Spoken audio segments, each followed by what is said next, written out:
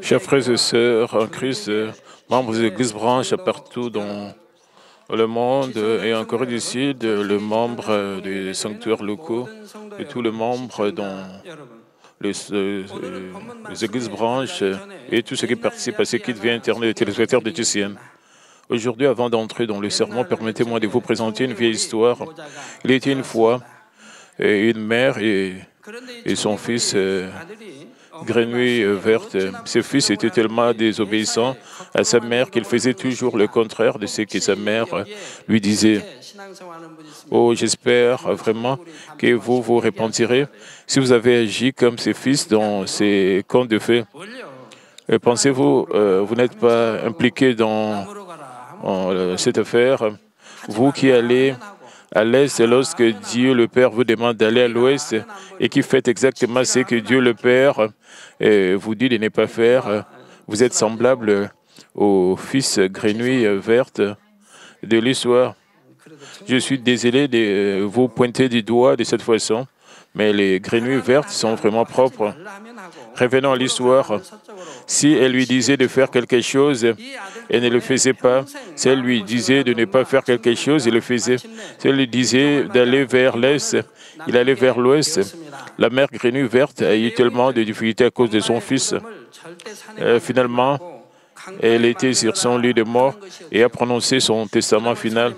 Elle a dit, « Ne fais pas mon tombée à flanc des collines, mais près de la rivière. Si tu construis une tombe près de la rivière et non à flanc des collines, elle sera emportée pendant la mousson. » Mais comme ses fils faisaient toujours la chose opposée, elle pensait que son fils ferait cette fois aussi la chose opposée. C'est pourquoi elle lui dit de faire son tombeau près de la rivière. Mais après la mort de sa mère, ce fils s'est repenti. Il voulait obéir à la dernière volonté de sa mère et l'a enterré près de la rivière en disant « J'ai désobéi à ma mère toute ma vie et comment puis-je laver mes péchés? » Aujourd'hui, à chaque saison de mousson, il s'inquiète pour la tombe et sa mère écrit très fort. Croise. Bien sûr, ce n'est qu'une histoire inventée par les hommes, mais il y a ici une grande leçon. Les hommes prononcent beaucoup de paroles au cours de leur vie, mais tout le monde considère que la dernière volonté d'une personne est très importante. Même les enfants désobéissants et prodigues tentent d'obéir à la dernière volonté de leurs parents. De plus, les parents souhaitent laisser des paroles qui peuvent réellement profiter à leurs enfants lorsqu'ils font leur dernière volonté. Cependant, même ces cas remontent à peut-être 40, 50, voire des centaines d'années. De nos jours, de nombreux enfants ne vivent pas nécessairement selon la dernière volonté de leurs parents, même si celle-ci est laissée derrière eux. Au lieu de cela, ils pourraient modifier le testament.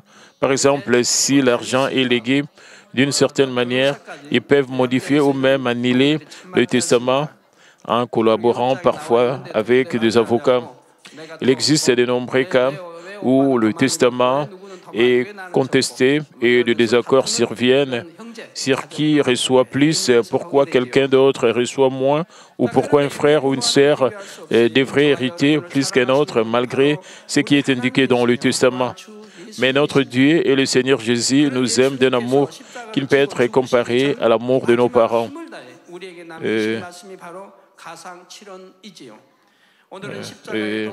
C'est la 16e session sur le message de la croix et nous commencerons par la 3e des 7 dernières choses prononcées sur la croix. J'espère que vous garderez chacune des dernières paroles de Jésus au plus profond de votre cœur à travers ce message. Je prie au nom du Seigneur qu'en faisant cela, vous demeurerez dans l'amour de Jésus qui a donné sa vie pour nous. Chers frères et sœurs en Christ, la 3e de ces dernières déclarations de Jésus se trouve dans Jean 19, 26 à 27, qui dit « Jésus, voyant sa mère auprès d'elle, le disciple qu'il aimait, dit à sa mère, « Femme, voilà ton fils. » Puis il dit au disciple, « Voilà ta mère. » Et dès ce moment, le disciple l'a pris chez lui.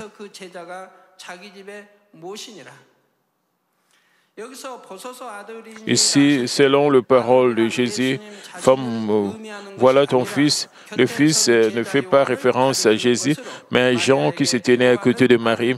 Il disait à Marie de considérer Jean comme son propre fils. Alors Jésus dit à Jean, voilà ta mère. Et de ce moment, le disciple l'a pris chez lui et l'a servi comme sa propre mère. Ce que vous et moi devons retenir ici, c'est que Jésus n'a pas appelé Marie mère, mais femme. C'est une chose vraiment importante que vous devez garder à l'esprit.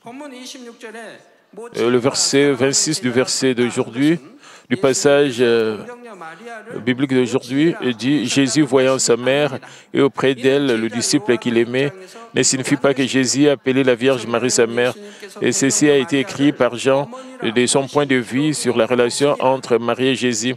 Nous ne trouvons aucune trace ou bien aucun rapport de Jésus appelant Marie sa mère dans la Bible. Par exemple, dans Jean chapitre 2, lorsque Jésus a transformé l'eau en vin, il a dit « Femme, qu'y a-t-il entre moi et toi ?» Cette scène était celle où la Vierge Marie a demandé à Jésus de transformer l'eau en vin. Et il a dit « Femme, qu'y a-t-il entre moi et toi? Mon heure n'est pas encore venue. » Il a appelé Marie femme. Mon heure fait référence au moment où Jésus a versé son sang sur la croix, comme je l'ai déjà mentionné. C'est parce que la Vierge Marie ne pourra jamais devenir la mère de Jésus. Jésus est la substance originelle de Dieu le Père, étant l'un de Dieu et la Trinité. Dieu, le Créateur, ne peut pas avoir de mère. D'Exode 3, 14, Dieu dit « Je suis celui qui suis ». Personne n'a donné naissance ni n'a créé Dieu. Dieu existe par lui-même depuis avant l'éternité, pendant toute l'éternité et au-delà de l'éternité.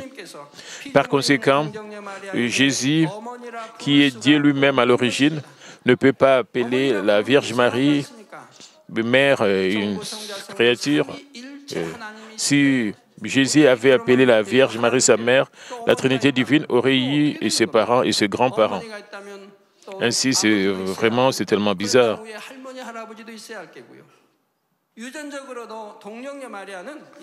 Même génétiquement, la Vierge Marie ne pouvait pas être la mère de Jésus. Lorsqu'un bébé est conçu, le sperme du père et l'ovule de la mère doivent se combiner. L'énergie vitale du parent est contenue dans le sperme et l'ovule.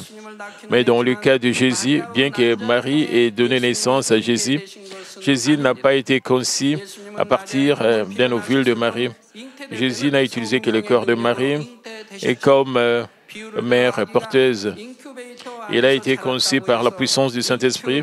Par exemple, lorsqu'un bébé est grandi dans une couveuse, la couveuse ne peut pas devenir le parent du bébé. De la même manière, Marie ne peut pas être la mère de Jésus, qui est le Fils de Dieu.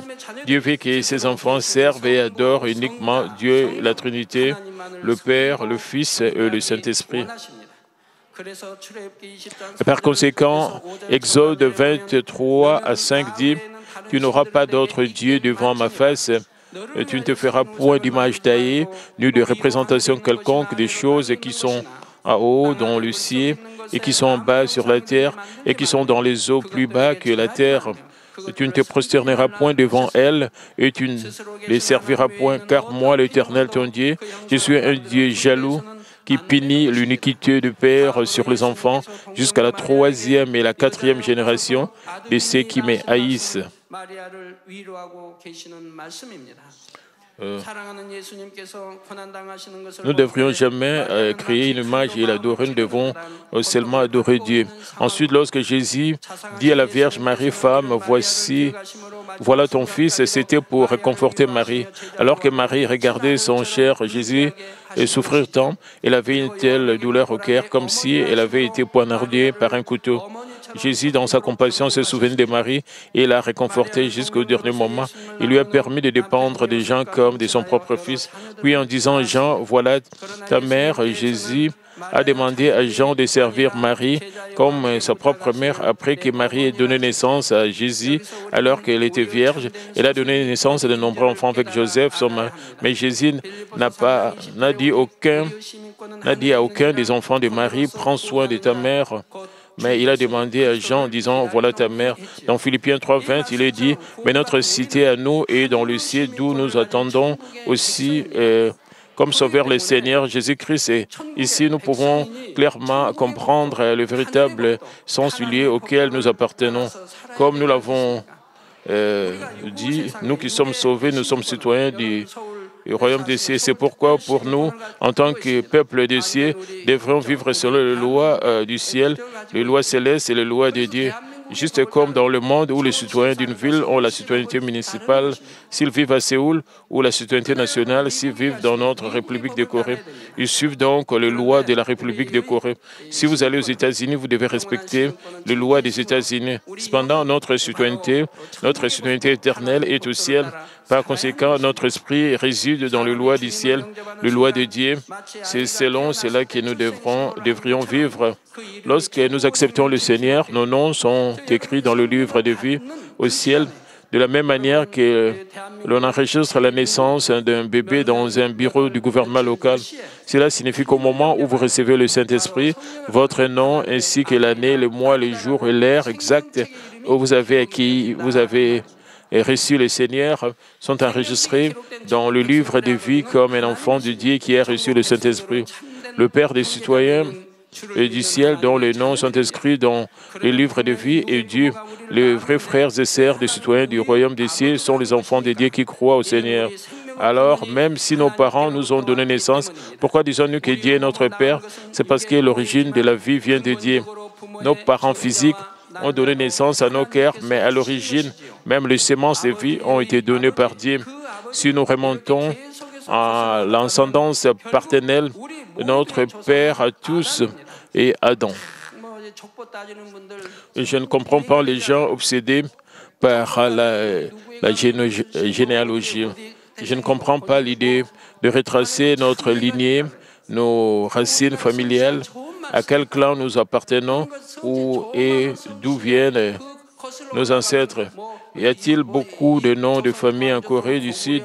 Si vous retracez de nombreux noms de famille, vous pourriez vous retrouver avec la dynastie Choson ou le premier jour de Goryeo. Mais alors, sont-ils nos ancêtres? Il doit y en avoir d'autres qui les ont précédés. Il y avait de pères, de grands-mères, de grands-pères, n'est-ce pas? En fin de compte, si vous remontez jusqu'au bout, nous sommes tous frères et sœurs sous Adam. Nous sommes tous frères et sœurs partageant la même lignée.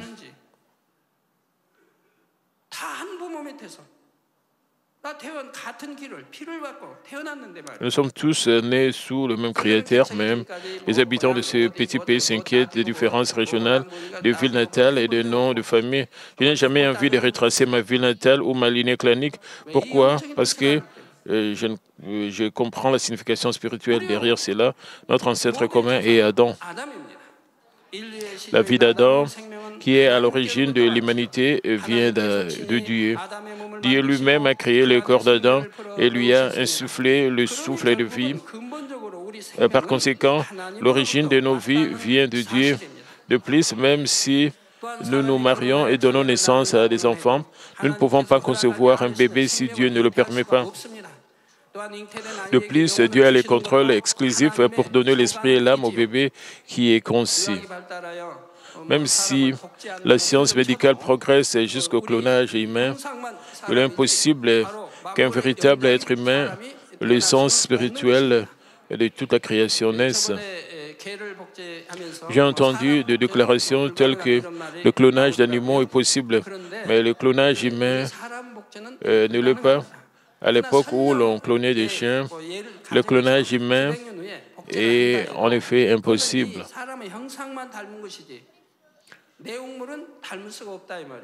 Même si, hypothétiquement, dans quelques siècles, le clonage devenait une réalité, il ne ferait que reproduire l'apparence physique d'une personne, non son essence en d'autres termes. Et cela créerait un humanoïde dépourvu d'âme, semblable à une bête. Et par conséquent, le clonage humain est donc irréalisable. Un véritable être humain a besoin d'une âme. Sans cela, nous ne sommes pas différents d'un simple animal d'apparence humaine. C'est pourquoi le clonage reste impossible. Aujourd'hui, la science s'est développée au point que le clonage humain fait débat. Mais quel que soit le développement de la technologie, l'homme ne sera jamais capable de créer l'esprit ou l'âme d'un homme. Cela ne sera jamais réalisé. Même si nous pouvons cloner la forme de l'homme, son corps, Dieu ne lui donne pas l'esprit. Ainsi, un homme cloné ne sera pas différent d'un animal et nous ne pouvons pas l'appeler un véritable être humain. De plus, les parents ne peuvent pas contrôler le sexe, le caractère et l'apparence de leurs enfants. Seul Dieu peut contrôler la vie. Et chers frères et sœurs, c'est Dieu qui donne l'esprit aux hommes. C'est aussi Dieu qui contrôle la vie, la mort, la fortune et le malheur. Et ce Dieu est notre Père. Mais les gens du monde qui ne croient pas en Dieu, mais suivent les convoitises du monde, ne peuvent pas appeler Dieu Père. La Bible dit que le père de ces gens est le diable. Je ne parle pas de leur père biologique. Jean 8, 44 dit: vous avez pour père le diable et vous voulez accomplir le désir de votre père. Il a été meurtrier dès le commencement et il ne se tient pas dans la vérité parce qu'il n'y a pas de vérité en lui. Lorsqu'il profère le mensonge, il parle de son propre fond car il est menteur et le père du mensonge. Les gens du monde vivent comme le diable le tente et à la fin du monde, ils seront jetés dans le feu de l'enfer. Au contraire, les croyants qui appellent Dieu Père vivront au ciel pour toujours. Une famille sur cette terre ne peut pas être ensemble pour toujours au ciel si elle ne croit pas au Seigneur. Après cette vie sur terre, le royaume des cieux et l'enfer seront séparés et les chemins vers chacun sera différent. Matthieu 12, 48 à 50 dit également: mais Jésus répondait à celui qui les lui disait: qui est ma mère et qui sont mes frères? Puis, étendant la main sur ses disciples, il dit: voici ma mère et mes frères, car quiconque fait la volonté de mon Père qui est dans le ciel, celui-là est mon frère et ma sœur et ma mère. Le Seigneur nous fait savoir que les croyants qui croient au Seigneur sont le véritable membre de notre famille et qui vivront ensemble dans le royaume des cieux pour toujours. Alors ici, sur terre, même si ce sont mes parents qui m'ont donné naissance, ou même si sont mes frères et sœurs, s'ils n'acceptent pas Dieu, le Seigneur, finalement, quand Dieu appellera leurs âmes, ils iront en enfer. En rêvant, ceux qui croient en Dieu et qui acceptent le Seigneur iront au ciel. L'enfer est sous le règne de l'ennemi diable, tandis que les cieux sont sous l'autorité de notre Père. Cela signifie que ceux qui seront avec vous là-bas deviendront votre mère spirituelle, vos frères et sœurs. En d'autres termes, ils deviennent enfants de Dieu. Comprendre ce royaume spirituel, c'est la même chose ici sur cette terre, sur le but. Mais cela ne veut pas dire que nous ne devons pas aimer nos parents et nos frères sur cette terre. Nous devons évidemment les aimer et les servir, mais cet amour doit être un amour spirituel qui est juste aux yeux de Dieu. Ainsi, la Bible dit que vous devez servir vos parents et éduquer vos enfants dans le Seigneur. Si le membre de votre famille blasphème Dieu et vous oblige à faire le contraire de la volonté de Dieu, ce n'est pas le véritable amour de les suivre. Par exemple, si vos parents vous disent: vous devrez nous aider à effectuer un travail ce dimanche, alors n'allez pas à l'église, devriez-vous obéir à cela? De plus, si votre frère biologique commet des péchés, vous dit de commettre des péchés en jouissant de mauvaises choses avec lui, l'écouterez-vous pour lui plaire? Ce n'est pas de l'amour, mais c'est la voie de la mort. C'est pourquoi Matthieu 10, 37 dit: celui qui aime son père ou sa mère plus que moi n'est pas digne de moi, mais celui qui aime son fils ou sa fille plus que moi n'est pas digne de moi. Nous devrions bien sûr aimer nos parents et frères biologiques, mais nous devrions les aimer et les servir dans la vérité. Si vous les aimez, les servez dans la vérité, vous connaissez cet ordre. Le premier est notre Dieu le Père, puis le Seigneur, le Saint-Esprit, et au sein de l'Église, il y a des pasteurs, et le tout dans un ordre structuré. C'est l'ordre du royaume spirituel. Par conséquent, nous devons conformément à nous servons conformément à cet ordre. De plus, si vous aimez par-dessus tout vos parents physiques et les membres de votre famille, vous devez les évangéliser afin qu'ils soient sauvés et aillent au royaume des cieux. Votre famille doit être une vraie famille qui vivra ensemble pour toujours dans le royaume des cieux. Dans la troisième déclaration de ces dernières paroles prononcées sur la croix, se trouve l'amour de Jésus qui a voulu réconforter le cœur endeuillé de Marie. De plus, elle nous a fait savoir que nous qui sommes sauvés appartenons au royaume des cieux et que notre vraie famille est constituée de frères et sœurs dans la foi. Ce que je vais particulièrement souligner à vous tous, c'est ceci. Si vous recevez Dieu et croyez que Dieu devient votre Père, vous ne l'appelez pas simplement Dieu, mais vous l'appelez naturellement Père Dieu ou Père. Cependant, lorsque Dieu nous a parlé précédemment, il a dit ceci. Lorsque les croyants considérés comme ayant la foi commettent des péchés, catégorisés comme des actes charnels, ils sont même conscients que leurs actions conduisent à la mort, mènent à la mort, mais ils persistent à les commettre. Ils ne peuvent pas appeler Dieu Père Dieu. Cela les fait profondément souffrir lorsque ceux qui sont appelés enfants, fils ou filles de Dieu, suivent la voie du diable et servent le diable comme leur père. Alors quand ils appellent Dieu Père, et cela fait tellement mal que c'est difficile à supporter pour Dieu le Père. Par conséquent, dans de tels moments, vous ne devrez pas prier en l'appelant Père, ou vous devrez simplement l'appeler Dieu. Même lorsque vous visitez des âmes, y compris de nouveaux croyants, n'insistez pas qu'elles appellent Dieu Père et ils n'ont pas encore la foi. Ainsi, ils ne peuvent pas s'adresser intimement à Dieu en tant que Père. Laissez-les simplement prier Dieu, appeler Dieu le Père, tout en portant le fardeau du péché n'est pas approprié.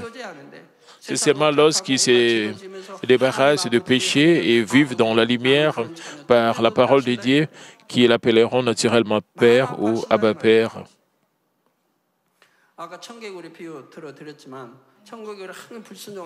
J'ai mentionné l'histoire de la grenouille verte, de comment la mère qui était désolée et a demandé à son fils de l'enterrer.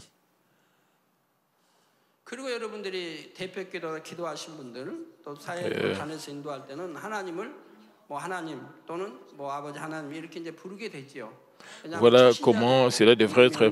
Lorsque les croyants font des compromis avec le voie du monde, continuent à faire le mal et pourtant appellent Dieu le Père et peut répondre, je n'ai jamais eu d'enfant comme eux. Donc j'ai évoqué plutôt l'histoire de la grenouille verte. La mère était si triste que son fils fasse le contraire et lui a demandé de l'enterrer au bord de la rivière. Le leader qui offre des cultes des prières représentatives appelle Dieu le Père ou simplement Dieu. Lorsque vous offrez la prière représentative, vous jouez un rôle de président ou de modérateur, car les congrégations incluent de nouveaux ou de débutants dans la vie. Cependant, dans vos prières personnelles, à mesure que votre foi s'approfondit et que vous vivez dans la lumière, vous vous adressez naturellement à Dieu, l'appeler Père ou Abba Père. Ensuite, la quatrième de ces dernières déclarations faites par Jésus sur la croix se trouve dans Matthieu 27, 46. Cela dit, et vers la 9e heure, Jésus s'écria d'une voix forte, Eli, Eli, lama sabachthani, c'est-à-dire, mon Dieu, pourquoi m'as-tu abandonné? Lisez attentivement les 4 évangiles centrés. Notre Seigneur n'a jamais fait référence à Dieu comme étant simplement Dieu. Il a toujours appelé Père dès le début de son ministère terrestre. Il a constamment enseigné à ses disciples de s'adresser à Dieu en tant que Père. Cependant, dans ces cas précis, le mot Père est omis. Ainsi, la phrase « Mon Dieu, pourquoi m'as-tu abandonné » apparaît. Lorsque nous regardons Matthieu 15, 25, il est dit « C'était la 3e heure quand ils le crucifièrent. La 3e heure est vers 9 heures du matin, ainsi vers la 9e heure. Cela signifie que Jésus est resté suspendu sur la croix dans une douleur atroce pendant 6 heures. Certains comprennent mal ces paroles de Jésus. Pourquoi m'as-tu abandonné? Ils disent que Jésus montrait son ressentiment contre Dieu à cause d'une si grande douleur. Mais Jésus n'a pas crié vers Dieu avec ressentiment ou souffrance. Jésus savait ce qui allait arriver avant même de venir sur terre. Et il connaissait aussi la douleur de la croix. Pourtant, il a volontairement choisi le chemin de la croix pour accomplir la providence de Dieu. Jésus ne serait jamais lamenté devant Dieu alors que toutes les souffrances étaient presque terminées. Ces paroles ne contiennent ni ressentiment ni lamentation, mais plutôt une signification spirituelle très importante. Premièrement, lorsque Jésus a dit cela, il a crié d'une voix forte. En fait, Jésus n'avait pas la force de crier à haute voix, et parce qu'il a été interrogé à différents endroits. Toute la nuit a été sévèrement fouetté, et il porta la lourde croix et grimpa jusqu'à Golgotha en tomba plusieurs reprises. Dans cet état, il fut crucifié et pendu là pendant 6 heures, versant son sang. Par conséquent, il était difficile de dire doucement une parole, mais crier, mettons, d'une voix forte. C'est parce que tous ceux qui entendent ces paroles doivent en comprendre la signification. Jésus voulait que tout le monde entende et comprenne pourquoi Jésus devait être abandonné par Dieu et pourquoi il devait être crucifié si misérablement. Maintenant, Jésus a été complètement abandonné par Dieu alors qu'il était maudit, pendu sur la croix. Pourquoi cela? Toute l'humanité était devenue pécheresse. C'était pour nous racheter de ce péché. Il a porté nos péchés. Nous étions tous destinés à être abandonnés par Dieu à cause de la malédiction de la loi. Mais Jésus a pris la malédiction à notre place et a été abandonné par Dieu à cause de cela pour nous sauver et qui devions descendre à l'enfer et pour nous conduire au royaume des cieux. Jésus est mort pour nous tous parce que Jésus voulait que tout le monde comprenne cette signification. Il a crié d'une voix forte de toute sa force. Et chers frères et sœurs en Christ, dans la Bible, lorsque Jésus appelle ou se réfère à Dieu, il dit toujours Père comme un fils aimant. Lorsque les gens croient en Dieu et commencent à prier, il appelle Dieu et à mesure que leur foi grandit, ils commencent à dire Dieu le Père ou Père Dieu. Parce qu'ils croient dans leur cœur que Dieu est leur Père, ils utilisent naturellement l'expression Père. Ceux qui aiment Dieu plus profondément et communiquent avec Dieu ne le disent généralement pas Dieu, mais l'appellent simplement Père ou Abba Père. Parce qu'il est un Père si doux et aimant, il n'est pas nécessaire d'utiliser le mot Dieu. Et cela signifie qu'une relation personnelle et intime avec Dieu a été établie. Pour utiliser une analogie, disons que le fils du président d'une grande entreprise est président d'une société affiliée. Ensuite, dans les occasions officielles, ce fils appellerait le président, mais dans le lieu privé, il appelle le père. Si le fils appelle son père président à la table à la maison, à quel point la relation entre ses pères et son fils doit-elle être délicate? Le fils devrait être obligé de l'appeler père à la maison. S'il continue à appeler son père président même lors d'occasions privées, la relation entre le père et le fils est plutôt étrange. Il va de même lorsque les croyants interagissent avec Dieu. Les enfants qui aiment Dieu et partagent le sentiment des autres avec lui appelleront Dieu Père d'une manière amicale lorsqu'ils prieront. Mais lorsqu'ils prient officiellement pour une réunion ou un culte, ils représentent tous ceux qui ont des degrés de foi, des niveaux de foi différents. Il est plus approprié de dire Dieu ou Dieu le Père. Jésus a toujours partagé un amour profond avec Dieu en tant que son Fils et quand il priait, il disait toujours Père. Mais dans le passage biblique d'aujourd'hui, Jésus dit spécifiquement à mon Dieu. Et quelle en est la raison? C'est parce que Jésus appelait Dieu à la place d'un pécheur maudit. Jésus a été pendu sur la croix comme un pécheur, prenant sa place toutes les malédictions de l'humanité. Un pécheur n'oserait pas appeler Dieu qui est saint, Père.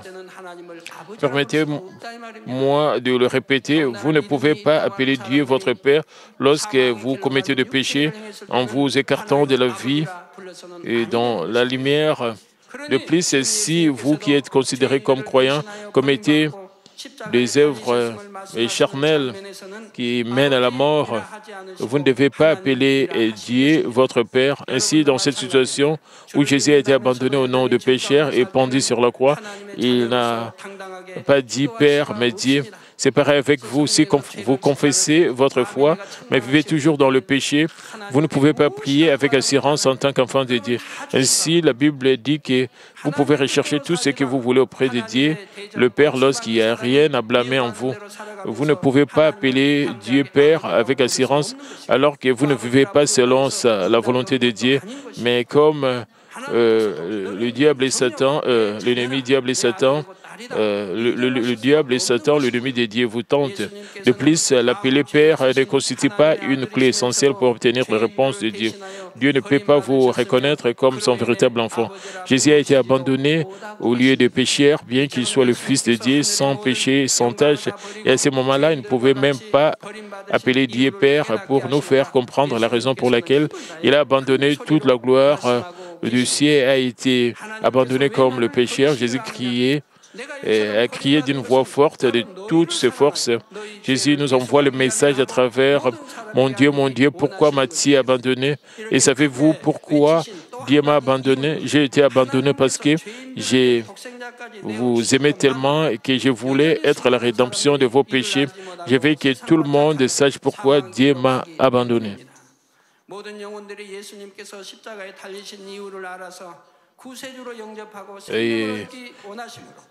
Et il a crié fort parce qu'il voulait que tout le monde comprenne la raison pour laquelle il avait été pendu à la croix, l'accepte comme le Sauveur, obtienne la vie.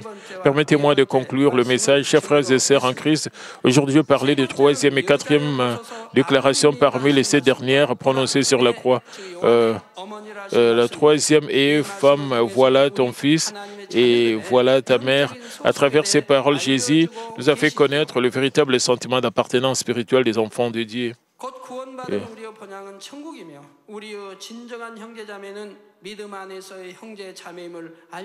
La quatrième déclaration est « Mon Dieu, pourquoi m'as-tu abandonné ?» C'est pour nous faire réaliser que Jésus est mort pour nous sauver le pécheur et pour nous amener à abandonner le péché et à suivre le chemin de la vie. Si vous croyez vraiment dans votre cœur que Jésus a été abandonné et mort sur la croix à cause de nos péchés, vous ne devriez plus demeurer dans le péché, mais vivre une vie distincte et sainte. De cette façon, nous devrions pouvoir devenir des enfants de Dieu qui peuvent l'appeler Père. En outre, nous devrions être capables de guider le chemin du salut pour les nombreuses âmes qui vont vers la voie de la mort sans connaître la vérité. Je vous exhorte à graver les paroles de Jésus et à vivre une vie qui est convenable aux yeux de Dieu. Je prie au nom du Seigneur qu'en faisant cela, vous puissiez demeurer avec le Seigneur dans la demeure la plus glorieuse du royaume des cieux. Amen. Et prions tous concernant ce message. Père éternel, merci encore pour les paroles prononcées à la croix par notre Seigneur. Permets que nous puissions réaliser la signification spirituelle de toutes ces paroles. Jésus voulait nous aider à comprendre qu'il a été crucifié pour nous, pour que nous puissions tous l'accepter comme notre Seigneur et Sauveur, pour que nous puissions aller au ciel. Père, permets que nous puissions comprendre toutes ces choses. Permets que nous puissions comprendre la signification de la mort de notre Seigneur à la croix. Aide-nous à changer, aide-nous aussi à évangéliser les autres et permet que nous puissions comprendre qu'ils sont nos frères spirituels, que notre Père. Merci pour toutes choses, ainsi prions dans le Seigneur Jésus-Christ. Amen. Maintenant, nous allons recevoir la prière du pasteur principal pour les malades. Posez vos mains sur vos parties malades. Si vous n'êtes pas malade, posez votre main sur votre poitrine pour recevoir le désir de votre cœur par la foi. Alléluia, Dieu le Père, Dieu Tout-Puissant, Dieu d'amour, s'il te plaît, pose ta main sur tous les croyants qui reçoivent cette prière maintenant. montre tes œuvres transcendant le temps, l'espace, sur tout ce qui est recette prière, sur Internet, via satellite, à travers GCN, sur tous les enfants dédiés dans les églises branches et les sanctuaires locaux, sur tous les enfants dédiés à travers le monde. Donne-leur la foi de croire du fond de leur cœur, chasse tout ce qui est pensée négative et doute, chasse tout ce qui est test et épreuve, des pieds jusqu'à la tête, les parties internes, les jointures, le tissu, le cellule, quel que soit le parti malade, consume-les avec le feu du Saint-Esprit et avec la lumière originelle. Au nom de Jésus-Christ, j'ordonne à l'ennemi diable et Satan, toutes sortes de maladies, germes, virus, infirmités, quittez-les, que la lumière brille. Et s'il te plaît, consume toutes leurs maladies en phase terminale et les maladies incurables avec le feu du Saint-Esprit. Et chasse toutes les maladies endémiques, y compris la malaria. Et toutes les maladies contagieuses telles que le rhume, la grippe et la fièvre, quittez-les. Et protège-les de toutes sortes de germes et de virus. Guéris-les de tout ce qui est cancer d'estomac, de poumons, des seins, d'intestin, sida, leucémie, apoplexie cérébrale, hypertension, hypotension, diabète, problèmes de thyroïde, de cœur, de poumons, maladies des femmes et toutes sortes d'inflammations, quittez-les. Guéris-les de tout ce qui est polio, AVC, arthrite, hernie discale, douleurs dorsales, maux de tête, névralgie, toutes sortes de douleurs puissent disparaître. Épilepsie, autisme, dépression, névrose, autres maladies mentales, quittez-les. Toutes sortes de paralysies soient guéries, que le paralytique se lève et marche, que leurs yeux puissent bien voir, que les oreilles puissent bien entendre, que les aveugles voient, que les muets parlent, que les sourds entendent. Guéris-les de tout ce qui est fait secondaire, de toutes sortes d'accidents, et guéris leurs os fracturés. Restaure tout ce qui est brûlure et permet que la station de chaleur puisse disparaître. Père, permet qu'il n'y ait pas de cicatrices qui restent.